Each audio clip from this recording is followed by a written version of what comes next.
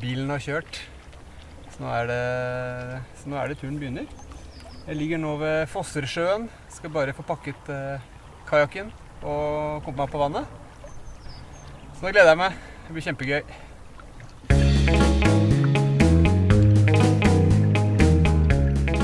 Da er jeg på tur igjen, og denne gangen tester jeg Haldenvassdraget. Og for å forlenge turen noe, så starter jeg i Fossersjøen. Haldenvassdraget består av mange vann, men de aller fleste henger sammen. Etter Fossersjøen så følger Hørlandselva, som går over til Skullerudsjøen og Rødnessjøen. Etter Ørje så kommer Ørjeelva, Lifjorden, Øymarksjøen og Bønsfjorden før Strømsfoss. Og deretter kommer Aremarksjøen, Aspern, Asprekkfjorden, Hølen, Stenselva før Femsjøen, som ender da ved Tangen brygge i Tistedal ved Halden. Værmeldingen antyder godvær, og turen er godt planlagt, så alt ligger til rette for nok en knalltur med kajakken.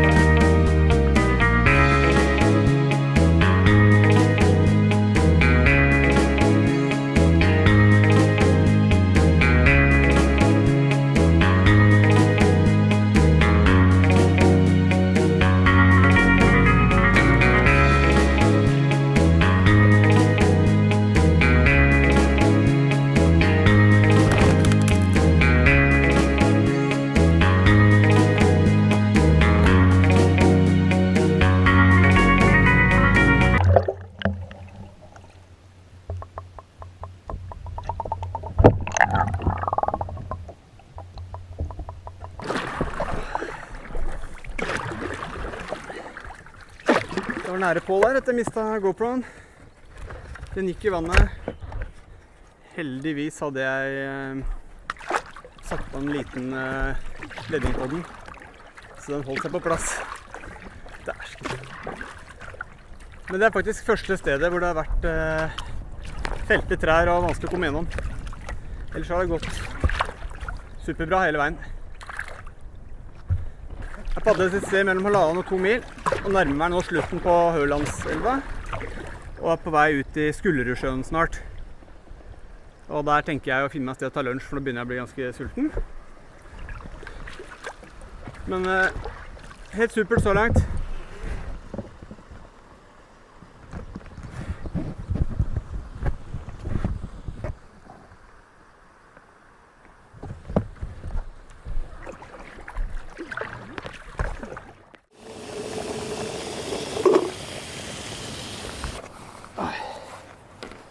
Da er det lunsjtid.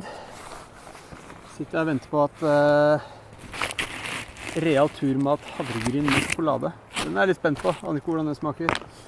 Men jeg er så sulten at jeg tror jeg kunne spist hva som helst akkurat nå. Klokka er blitt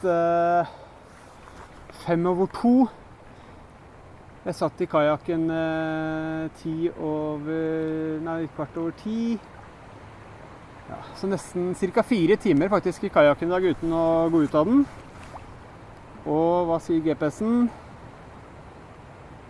Den sier 22,5 kilometer. Så det vil si at jeg er halvveis. Så det er bra. Hørlandselva var egentlig ok, den altså. Veldig svingete frem og tilbake og artig å padle. Men utpå her sånn på Skullerudsjøen så er det ufattelig mye vind altså. Skikkelig motvind og mye bølger, så jeg skal sjekke værmeldingen etterpå. Håper at det kanskje ler litt utover ettermiddagen. Ellers er det bare å putte inn headset og høre på podcast, tror jeg. Bare jobbe gjennom vinden. Fy flate, det var deilig. Det er vel en regel om at er man over 35 så er det lov med stol. Og selv om jeg har sittet hele dagen, så må det sies at den stolen her, den var sinnssykt digg å sitte den. Happy med dagen. Jeg kom meg faktisk dit jeg skulle. Ikke så happy med formen. Jeg er ikke i form til å padle sånne etapper som i dag. Det var ny rekord da, 42 kilometer cirka. Men de siste 2 milene, det er det verste jeg har vært borti. Det var så mye motvind og bølger. Ja, det krevde mye energi, ass. Så... Nei, jeg måtte litt ned i kjelleren en periode der. Det er vel et dårlig tegn. Men nå har jeg fått funnet ut av dette er distansen som er maks for meg, tror jeg. Og jeg har en samme type distanse i morgen. Rundt et par og 40 kilometer i morgen også.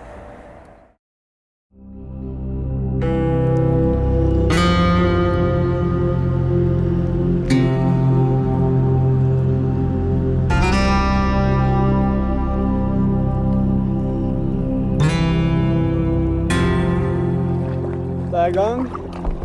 Klokka er 5:10. Så det ble en litt, kanskje litt senere avmarsj enn jeg hadde tenkt. Men det er fortsatt en halvtime tidligere enn det jeg startet i går.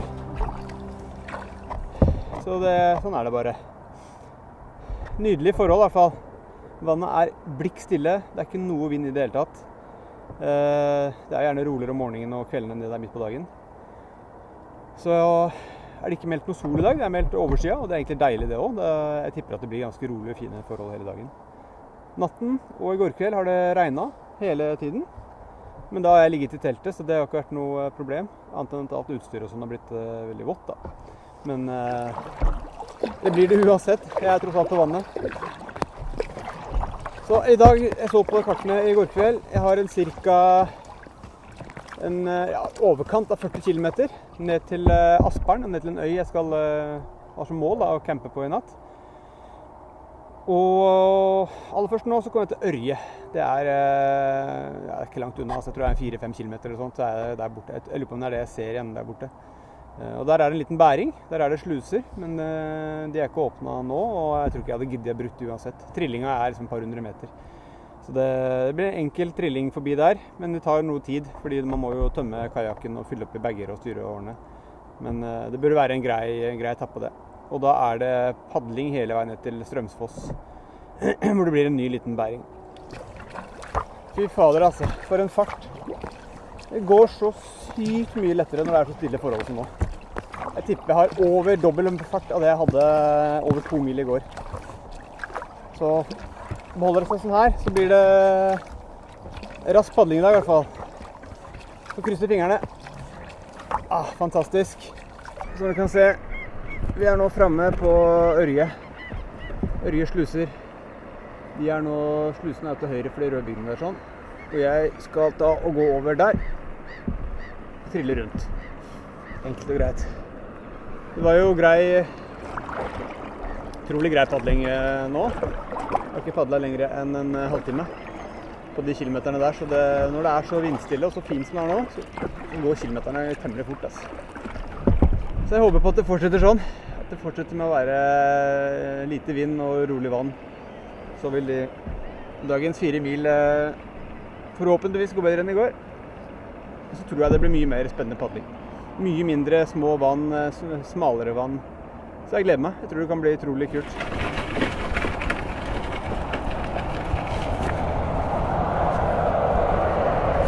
Da er jeg på Ørje sluser. Nå er det trilling. Og det er ikke langveien å trille heller. Så det er storveis det altså. Skal vi se om vi kan se litt på slusene her da. Se her da. Så vanligvis så er det jo mulig å kjøre båt her. Og kjøre båt i slusen der borte.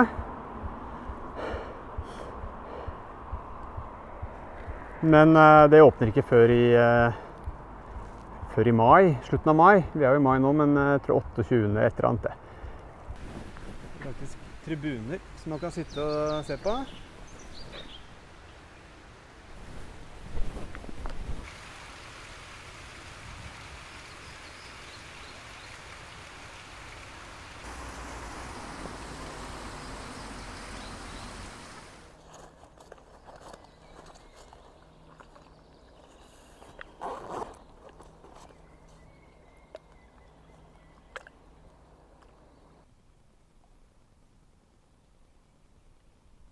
Nei, dæven altså.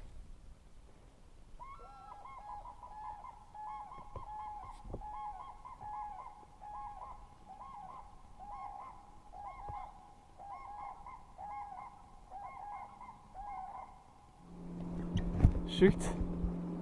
Helt sykt. Jeg har nå podlet en god stund nedover Øymarksjøen og nærmer meg Bønsfjorden, som da siste fjorden før jeg kommer nedover til Strømsfoss, hvor det ny bæring rundt en sluse. Nedover der kommer man til Sverige. Der kommer man til, eller den fjorden der heter Vestre Oddveivika. Nei, unnskyld, Vestre Oddeidvika heter den. Og innerst der så det bare en kort liten bæring før man er over i svenskegrensa og nye vann der. Du kan padle deg hele veien nedover til Göteborg. Så det ganske kult å tenke på. Mens foran meg nå det bare helt nydelig. Den lille øya der heter Ballen.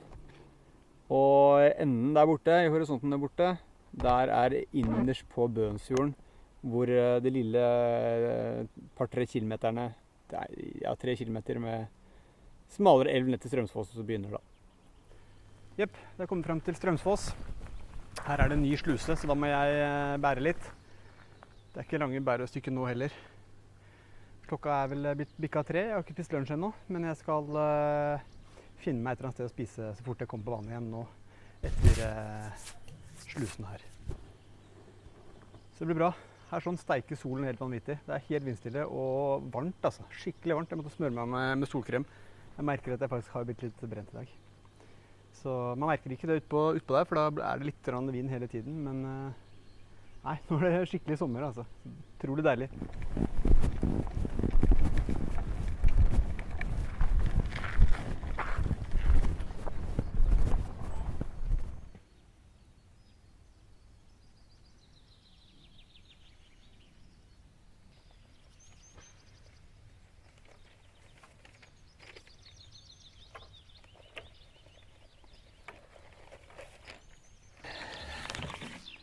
Tok jeg faktisk lunsjen her ved Strømsfoss sluse. Det var så fint bord og ligger rett ved vannet her nå, så ser du slusene rett bak meg. Så da blir det heller rene padleøkter etterpå. Ikke noe lunsjpause. Men det like greit det. Koser meg med kopp te så lenge til muslene ferdig. Denne gangen spiser jeg en sjokolademusli fra Real til lunsj. Det kommer jeg nok ikke til å gjøre igjen, tror jeg.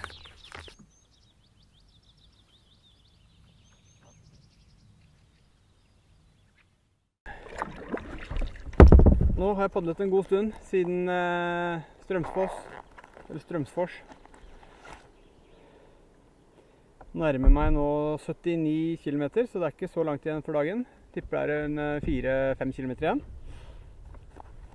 Det har gått fantastisk bra i dag. Forholdene har vært sånn her hele dagen. Helt fantastisk nydelig. Jeg tror ikke det kan være bedre forhold på vannet enn dette. Sol som skinner og steiker. Se her, nå må jeg snu den. Her Tordivelen. Kan jo være fordi her sånn smaler den veldig inn. Og så ser jeg det en del sånne virvelstrømmer av noe slag. Det sikkert derfor kanskje dette Tordivel da. Det blir spennende å se. Og etter Tordivelen så åpner det seg opp veldig, for da jeg inne i Aspern. Og der har jeg meg en øy som heter Løvøya, som jeg skal finne meg en camp på. Åja, det bra fart i vannet, se på veggen. Det veldig bra fart i vannet her. Så her det mye drivkraft, holdt jeg på å si. Jeg driver det godt, det ikke bare padlingen min dette her. Vi faktisk oppe i 11 km i timen ved gjennom sundet der. Så her det fart i vannet. Minner meg litt om Glomma-turen i fjor, dette her. Ja, kjenner du drar kajakken frem og tilbake her. Nå gjør jeg ingenting. Jeg lar bare disse virvelstrømmene leke med meg. Kult.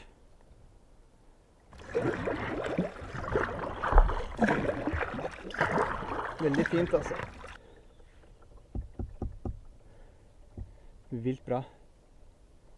Nå det bare å cruise inn siste 4 kilometerne.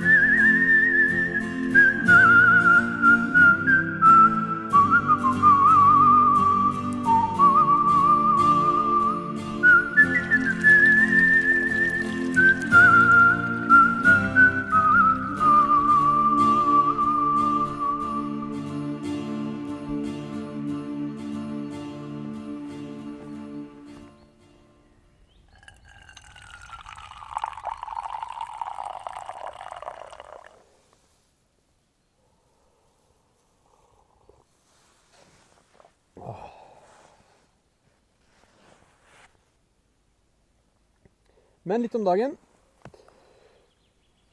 Begynte jo nord for Ørje. Padlet meg nedover. Og innom vann etter vann. Nå er det jo egentlig et stort vann. Det bare har mange navn. Det var en bæring forbi Strømsfors.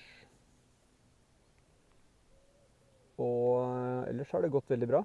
Forholdene har vært helt fantastiske, som sagt. Det har vært så rolig, vindstille. Utrolig fin driv i vannet i dag. Sånn at padling gikk ganske fort. I dag var jeg vel tilbake opp mot 7 km i timen, kontra i går hvor jeg hadde 3 i snittfart. Så da går det unna. Men jeg var fortsatt ikke fremme før nærmere 7. Så det blir en del timer i kajakken, altså. Det tar tid, de kilometerne. Og jeg merker vel mer og mer. Nå har jo ikke jeg padlet så mye i kajak. Det har jeg lært de siste 3 årene eller noe sånt. Og jeg trives mye bedre i smalere vann, sånn som elver, kontra disse store åpne sjøene. Det er for kjedelig, rett og slett, altså. Det er som når du padler midt oppå der, og du ser en horisont, men du kommer aldri bort i den. Sånne ting tar så lang tid. Du mister helt den stedsansen. Men det blir helt annet når jeg kommer inn i smalere strøk igjen. Da er man tettere på naturen. Du ser fargene, trærne, bladene. Ikke minst ser du progresjonen din, da. Du ser at du har en god fart. Og jeg trives utrolig mye bedre der.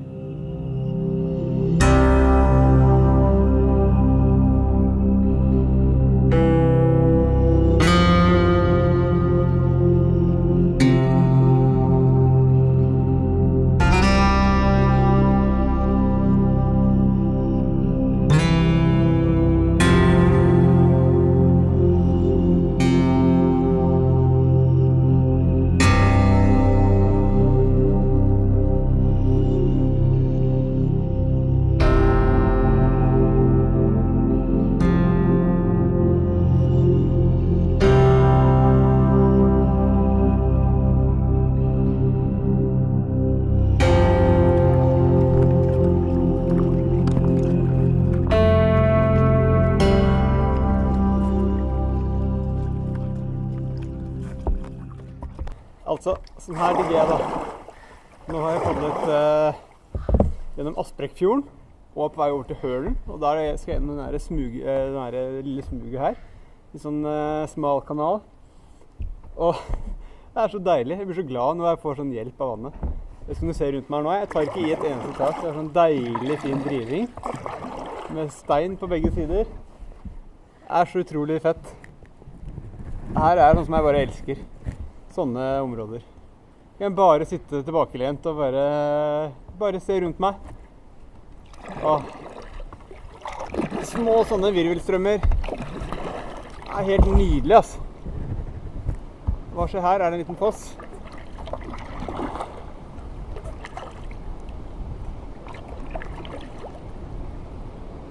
Her ser det ut som det er noe vann som kommer inn, ja.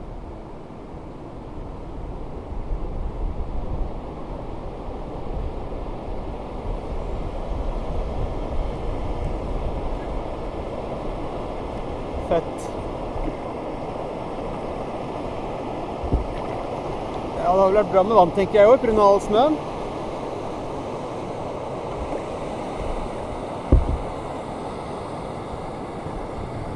Og nå driver jeg utover her nå til Hølen.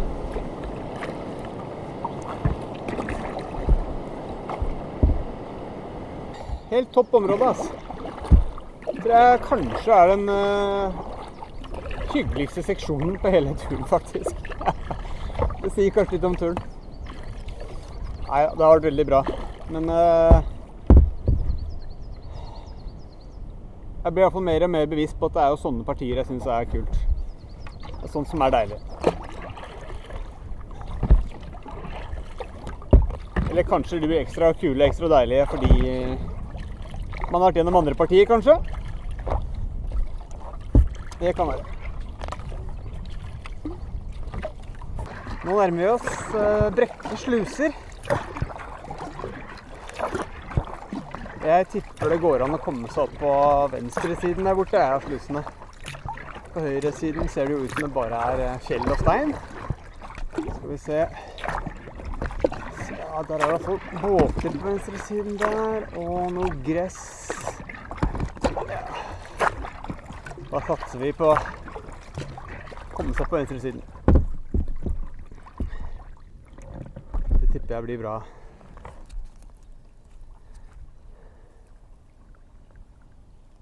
Yes, da er jeg kommet frem til Brekke sluser. Det er ganske fascinerende disse slusetingene, ass. Det er skikkelig massive byggverk. Det er vilt, ja, bra dimensjoner, ass. Og Brekke sluse må være den slusen jeg har vært innom som har desidert høyeste fall.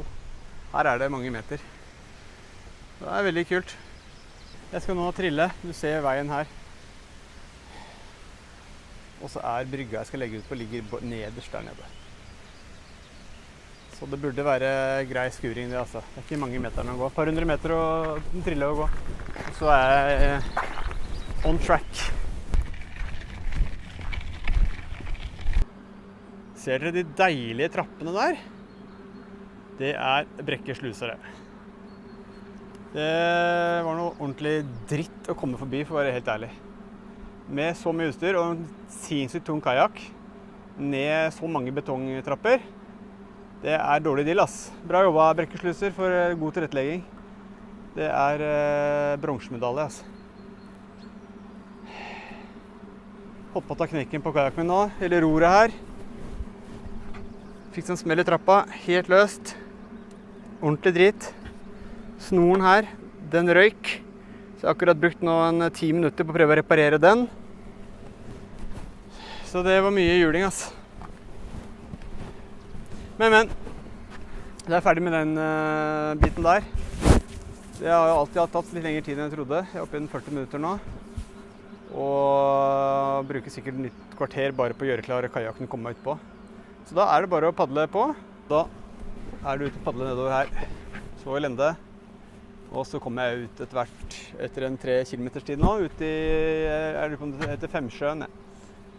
Så det er jo siste da, sjø før jeg er fremme i Tissedal.